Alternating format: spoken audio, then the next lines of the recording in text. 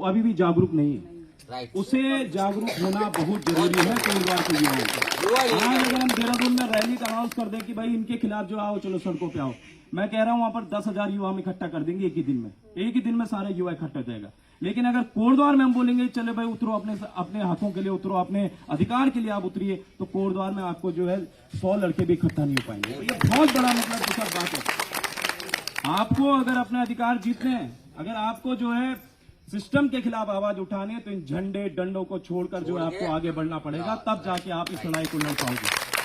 और कोटद्वार लालढांग चिल्लरखाल मोटर मार्ग पर मैं आता हूं, इसकी लड़ाई जो है आज अब सब इसकी लड़ाई कहने लग गए हैं कि हमने भाई मुद्दा उठा दिया, हमने ये कर दिया वो कर दिया, और बहुत सारे लोग अब रैलियां निकाल रहे हैं, ये कर रहे हैं वो कर रहे हैं। लेकिन असल जो लड़ाई है वो थापा जी ने शुरू की है। असल जो लड़ाई वो थापा जी ने शुरू की है, और मुझे लगता है कि अगर काम भी हुआ तो उसकी कामयाबी थापा जी को ही देनी पड़ेगी।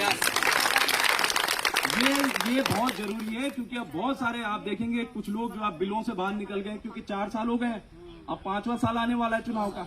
अब लोग अपने अपने बिलों से बाहर निकल रहे हैं कि भाई चुनाव की तैयारियां भी हो जाएंगी और सारी चीजें भी हो जाएंगी। ये कोटद्वार वासियों को समझना पड़ेगा कि इन 4 सालों में तुम कहां थे।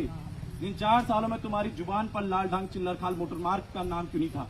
इन 4 सालों में तुम्हारे नाम पर जो है आपकी जुबान पर ये जो परीक्षा घोटाले हैं इनका नाम क्यों नहीं था। अंकिता भंडारी, इतना बड़ा हत्याकांड हुआ, आपकी जुबान पर अंकिता भंडारी का नाम क्यों नहीं था।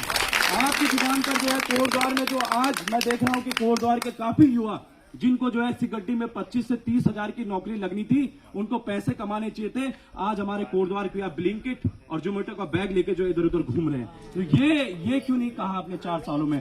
तो बिलों में निकल, आज ये अपने बिलों से बाहर निकले हैं साथियों। तो आपको ये भी देखना पड़ेगा कि इस कोटद्वार में आपका असली भाई, असली नेता और असली जो चेहरा है वो कौन है, उसको सोच समझकर आपको वोट देना है।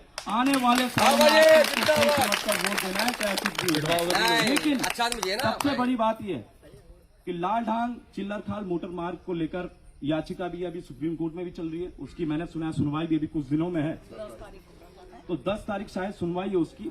चलिए सुनवाई तो होती रहेगी, लेकिन उस सुनवाई को लेकर यहाँ की जो मौजूदा विधायक हैं या फिर यहाँ की जो लोकल प्रशासन है जो चाहता है कि भाई लालढांग मोटर वो क्या कर रहे हैं, उस पर क्या वो बढ़ चढ़कर हिस्सा ले रहे हैं। और मैंने तो साफ कहा है कि अगर आपका ये भाई जो है परेड ग्राउंड देहरादून में धारा 163 लगने के बावजूद, धारा 163 मतलब 4 लोग एक जगह इकट्ठा नहीं हो सकते, उसको लगने के बावजूद अगर हम 8 दिन तक वहां पर 5-5 हजार लोग इकट्ठा कर सकते हैं, तो मैंने थापा जी से कहा है आप जो है इसके बाद अगला नंबर यहाँ पर मत बैठिए। आप सब लोग, आप जो है विधायक, ये जो है हमारी विधायक है ऋतु भूषण खंडूर जी, उसके आवाज के बाहर बैठे।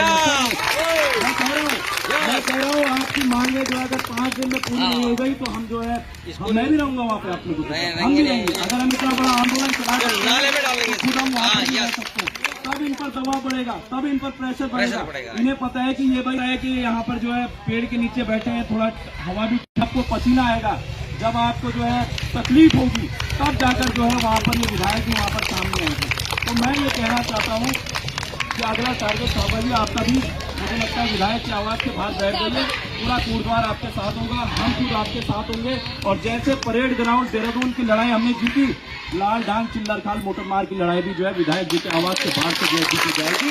इस बात की सच्चाई मैं आपको बता रहा हूँ साथियों।